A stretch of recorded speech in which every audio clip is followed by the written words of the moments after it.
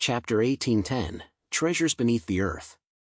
Zhang Yi thought, as expected, a guy from the prestigious Eton College really is smart. If it weren't for the end of the world, this guy would most likely be shining in the business or political circles of Britannia right now. He might even be working at 10 Downing Street. The two exchanged information, and Zhang Yi also obtained the data on the demon god Gung. An unexpected but reasonable piece of information. Gung's combat style was almost no different from that of Gui. A powerful defensive force field, formidable close combat skills, and long-range attacks with terrifying explosive power. Sure enough, as a combat-type unit, it is also mass-produced. But I remember these guys were supposed to have biological responses. They abandoned their supernatural powers, which were vastly different from each other, and chose the purest form of combat. Judging from King Arthur's description, the difference in strength between Gung and Gui shouldn't be too great, and they may even be of comparable levels.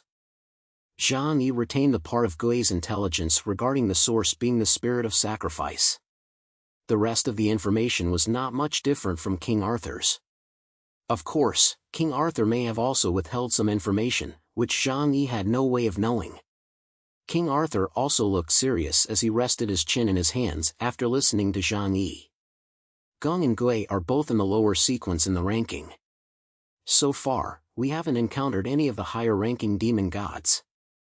I wonder if they fight in the same way as the ones we've encountered. Zhang Yi said indifferently, it'd better be. Otherwise, we'll be in big trouble. After chatting for a while, Zhang Yi looked at the intelligence system and was prompted that the two had been talking for more than 20 minutes. Zhang Yi did not intend to stay out in the freezing cold any longer. The snow was up to his knees, and although he did not feel cold, he still felt a little chilly on a psychological level. Okay, if there are no more problems, I will see you later. Zhang Yi was about to turn around and leave. At this time, King Arthur stopped him again. Wait, chaos. Zhang Yi frowned and looked at him. What is it? He had no good feelings towards King Arthur.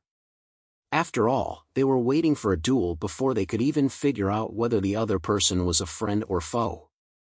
King Arthur stared at Zhang Yi. I have one more question for you. It's personal, so I'm not sure if you want to answer it. Personal? Zhang Yi smiled coldly. Don't worry, I'm not asking for your information. It's just a simple question about life. Zhang Yi didn't expect the two of them to be chatting about life in the cold outside. But he was curious about what King Arthur wanted to ask. Tell me, and maybe I'll answer you. King Arthur looked at him, never taking his eyes off Zhang Yi, as if he wanted to see into his soul. He spoke slowly. If one day you knew that your life was destined to end in destruction, what would you do? If you wear chains, you can have a short respite, but if you choose to resist, you will face certain death. Even if you can continue living, you will surely have no peace. What would you choose? Zhang Yi did not give an answer right away. He pondered for a moment and asked in return, are those the only two options? It doesn't sound like either is a good option. King Arthur shook his head seriously. No, you must make a choice.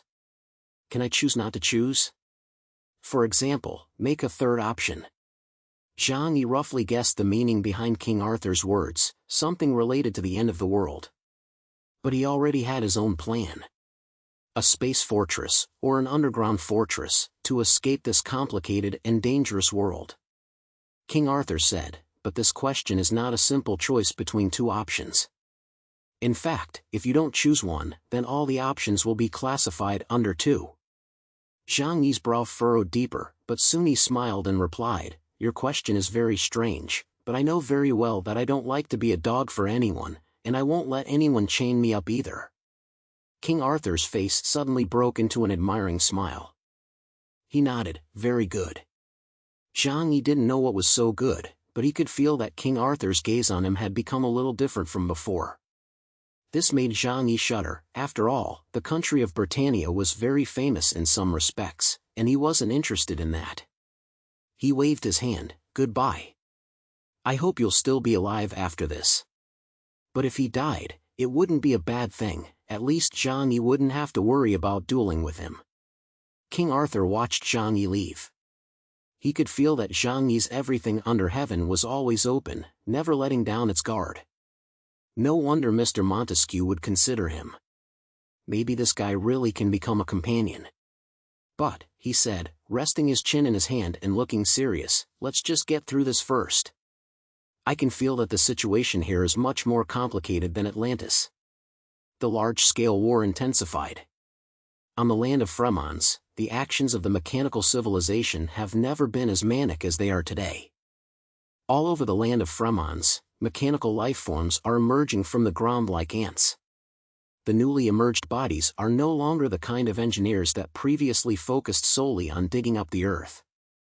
Instead, they are combat-oriented bodies that will actively attack any humans they find near construction areas. News of battles is frequent, and dozens of alarm messages can be heard every day throughout Fremons. If Fremons were not so sparsely populated and most of the area had not become a no-man's land, then at this time, the high-level officials such as Prodaja would definitely be exhausted. However, at this time, they did not appear to be panicking, because they were in control of the situation. Other regions had fallen, so be it, as long as the place they were in was safe. As for the ordinary people, it didn't matter if some died. With the science and technology they had now, as long as the conditions permitted, they could cause the population to multiply rapidly. An executive order could instantly increase the birth rate hundreds of times over. Therefore, they will only use the war to their advantage. Prodaja, on the other hand, began to deploy large numbers of mutant troops to various regions to fight. According to the previous agreement, when a demon god-level energy reaction occurs, only teams with bishops or high-level black chariots will be sent to fight. However, low-level energy reaction areas will be left to teams of mutants from countries of a lower level of strength to handle. This maximizes profits. At this time, the number of mutant beast army troops gathered in Fremons had reached more than 30. They had heard that there were benefits here and rushed over, ready to make a fortune from the mechanical civilization. So they responded to the call and rushed to the battlefield to fight the Mechanical Legion.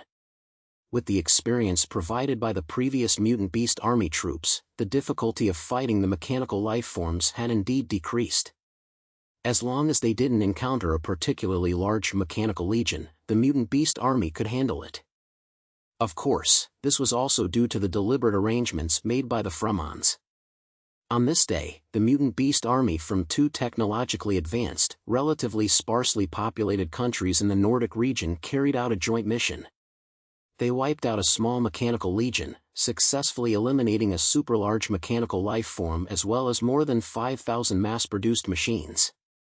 Although the battle was very difficult, and nearly half of the people they brought with them were killed, even 2 mutants of Epsilon level were injured. But looking at the spoils of war spread out before them, they still felt a sense of elation in their hearts. Immediately collect the spoils of war. The most critical thing is their energy source. As for the other parts, they will be handed over to Fremon's engineering unit for processing later. 1 Epsilon calmly gave the orders to his subordinates. But at that moment, one of his mutants ran up to him and said with a serious expression, "Chief, a special energy reaction has been detected under this piece of Earth." The Epsilon named Harland immediately frowned upon hearing this, thinking that reinforcements from the enemy had arrived. So he immediately called out to Epsilon Namoro from another country, telling him the news and asking him to come and help. If they were really facing a super-large mechanical life form, no one could handle it alone with their current strength. Namoro arrived nearby and, together with Harland, cautiously looked at the sunken ground. At this time, this area had been excavated by the engineers of the mechanical civilization to a depth of more than 3,000 meters, and no one knew what was actually underground. The 2 men made full preparations before going underground. Namoro's ability is to manipulate the earth. He pressed his hands on the ground, and a powerful supernatural power surged through him like a storm. In an instant, the earth beneath their feet trembled violently. Rumble! The earth shattered, and soil and rocks splattered up. Harland's right hand curled slightly backwards, and a terrifying energy ball had already formed in the palm of his hand. Whenever a terrifying enemy appeared, he would attack in an instant. However, the enemy he imagined did not appear. The next moment, a yellow light source slowly floated up from the pile of earth and stones. It was a stone that weighed several thousand pounds, emitting a soft yellow light. That light radiated a magical power, a power that could penetrate the marrow of a mutant. In just a moment, Harland and Namero's eyes were fixed on it, unable to look away for even a moment. This aura is divine source. What they had unearthed from beneath the earth was, to their surprise, the source of God, which could enable mutants to break through the barrier of life and was a veritable treasure in these last days. Almost at the same time, Harland and Namero came back to their senses and started to fight each other for the source of God. Harland was a step too late, and the ore containing the source of God was held in Namero's arms, who could manipulate the earth. Harland's face was very ugly. The energy sphere in the palm of his hand flashed with a terrifying light.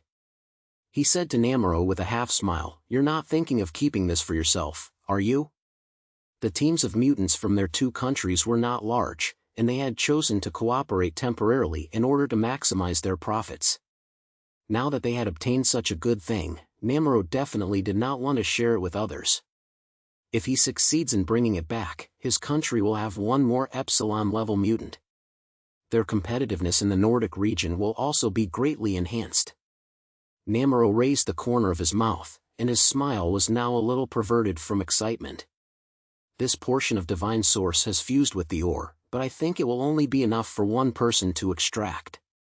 So I've decided to keep it, but I'll give you 30% more of the other spoils this time. Harland's eyes hardened, and the energy ball in his hand was instantly released at Namero. The terrifying energy cannon pierced the space between the two, and this was the strongest power used. In the face of such great temptation of profit, this loose alliance was not to be trusted. But in the face of Harland's attack, Namero was also well prepared. His body suddenly merged with the earth, and soon he disappeared underground as a swimming dragon. "Ha ha!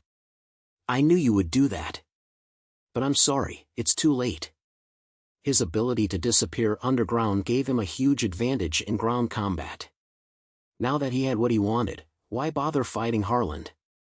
So he returned directly to the surface, gathered his men, and quickly left the battlefield through the ground. Harland angrily roared at the sky, but there was nothing he could do about it. "Damn it! You're so unrighteous, I won't let you get away with it." He gritted his teeth and immediately used the communication channel to tell everyone in the chat group about Namero's acquisition of the source of God. Zhang received the group message and glanced at it. The source of God? He was a little tempted. Although the source of God was not as useful as the spirit of sacrifice, every one of them meant the birth of a new mutant of level Epsilon. However, Zhang also had his own principles. If someone had no grudges against him and had obtained the source of God at such a special point in time, he could not possibly go and take it from them. But his focus was on Harland's message. According to Harland, the source of God could be obtained underground, where the Mechanical Legion had been digging. Could it be that the thing they were looking for was this? The group was in an uproar. No wonder those guys were digging up Fremon's land with such abandon. It turns out there's such a treasure buried underground. So, if we destroy the mechanical life forms, we can not only get advanced technology and new energy crystals, but also the divine source. Almost all the mutant troops went crazy. It will take time to make a breakthrough in technological power, but the divine source can shape a mutant of Epsilon level, and that is real. Prodaja. Mr. Prodaja, we demand that the next mission be carried out immediately. Prodaja. Mr. Prodaja, we the Pilkamen, feel the same. We feel the same. We feel the same, the others shouted. The leaders of the mutants in a number of small and medium-sized countries have all requested to go to war. Zhang Yi, however, felt something was strange. Mechanical lifeforms should be following a different path from the mutants. Their source is the purest spirit of sacrifice, so why would they take such large-scale action for the source of God? There must be something strange about this. The source of God is not without its appeal to Zhang Yi. After all, no one would mind having an additional Epsilon-class mutant on their team. However, he has always been cautious in his actions, and naturally he would not rush to intervene when he senses something amiss. Both Harland and Namoro are mutants whose ability index only reaches the level of the White Chariot. Their actions seem a bit too easy. You have to know that Zhang Yi and the Brahma mutant troops led by Emperor Indra also experienced a lot of battles when they first arrived in Fremons. Although Zhang Yi's situation was not as difficult, Brahma did suffer heavy losses. The more Zhang Yi thought about it, the more he felt that there was something fishy about this matter. But not everyone is as wealthy as he is, with multiple Epsilon-class combat forces under their command. A share of the source of God is enough for the vast majority of forces in this world to go to any lengths to obtain. Zhang Yi told Deng Shintong and the others about this matter. He could clearly feel that the looks Uncle Yu and Fatty Su gave each other had become incredibly eager. However, Uncle Yu didn't say anything, and instead, Fatty Su jumped up. Great! Is there really such a good thing? Those small Nordic countries are really lucky to be able to pick up the source of God. Why can't it be our turn? Why don't we give it a try? Fatty Su was itching to go. These days, Fatty Su is a full-fledged captain-level mutant. His Blizzard's ability was very good, both in terms of individual attack power and group control methods. Paired with Uncle Yu's melee combat and firepower, they can achieve great results on the battlefield. No matter how carefree he appears, he actually has a heart for carrying the team. No rush, let's wait and see. I always feel that things aren't that simple, Zhang Yi said. Deng Shintong nodded in agreement. Maybe they're just lucky. This kind of good thing can't be taken as a common phenomenon. They didn't take the matter too seriously either. Zhang Yi was staring at the possibility of a large-scale energy reaction event at any time in the future, the moment when the demon god-level machine appeared. He knew that it would be an even more precious spirit of sacrifice. But over the next 2 days, strange phenomena occurred, and this time even Zhang Yi could hardly sit still. Influenced by Harland and Namoro, more and more mutant troops began to go on missions recklessly. As they headed to the construction site of the Mechanical Legion, they suffered heavy losses, but made a surprising discovery. Beneath the ground they had dug, they really did find many precious treasures. 2 more mutant beast armies unearthed the source of God. Either that, or some energy bodies that the humans didn't know about, but were sure to have high-intensity energy. Overnight, they forgot the fear brought on by the Mechanical Legion and became greedy. It was as if the ones who had died in battle before weren't their comrades and acquaintances. Every morning at 9:30, they set out as soon as it got light, and returned by 3 p.m., just as it was getting dark. Even when they returned to their lodgings, they couldn't sleep, because they had had such a big haul today, and they kept thinking about how they would need to use all their forces tomorrow, and even bring in more mutants from the mainland to help them get the treasure. Seeing how much they had reaped, Zhang Yi was a little tempted, and the members of the Volt Shadow Troop around him were also eager to go into battle. However, they had all undergone special training, and without Zhang Yi's order, no one dared to volunteer to go to war. But the more Zhang Yi felt that something was wrong. Fatty Su found Zhang Yi and expressed his thoughts. Is there such a possibility? Previously, the Mechanical Civilizations troops have eliminated the vast majority of incorrect answers, and are now close to the correct answer, which is why they have successively discovered a large amount of the source of God and mineral deposits. Zhang Yi gave Fatty Su a deep look, then raised his hand, and a brain bullet exploded on his broad, large head, which could park a car. Bang! It was crisp and pleasant. Ah! Fatty Su covered his head in pain, squatting on the ground and gasping. You underestimate mechanical civilization, don't you? How could a civilization that can create powerful demon god bodies value those worthless things? Zhang Yi is now also good at it. He actually talks about the source of God as if it were worthless. Fatty Su covered his head and said with teary eyes, but I see that they're all fine. They're even making a profit. Zhang Yi crossed his arms and frowned, saying, I smell a conspiracy. This is like fishing. They may have set up a huge trap, waiting for the human mutant troops to fall into it. Having said that, Zhang Yi also sought confirmation from Yang Xinxin. Xinxin, do you think I'm right? A smart girl like Yang Xinxin would definitely agree with him. Yang Xinxin didn't stop what she was doing. She was using the supercomputer that Lu Karen had built for her to connect to the remains of the demon god Gui and break into it. Hearing Zhang Yi ask, she said without looking up, not necessarily. It's just that it seems too much like fishing, which makes it seem even more strange. Zhang Yi asked in puzzlement, what do you mean? Yang Xinxin answered, our judgment of mechanical civilization is that it possesses a technological civilization that far surpasses that of humans.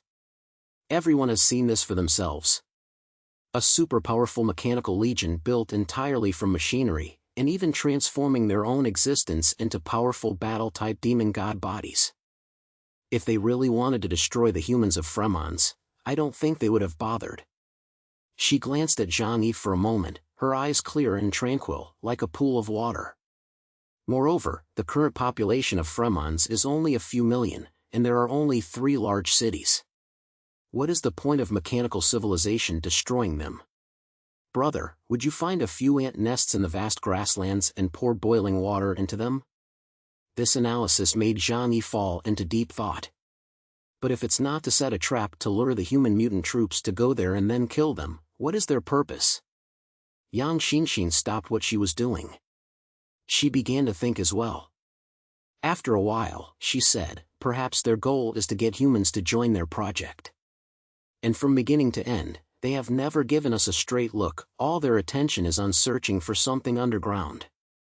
Having said that, the several of them looked in the same direction, not far away, and saw that there was a huge black object resembling a house on the ground in shadow space.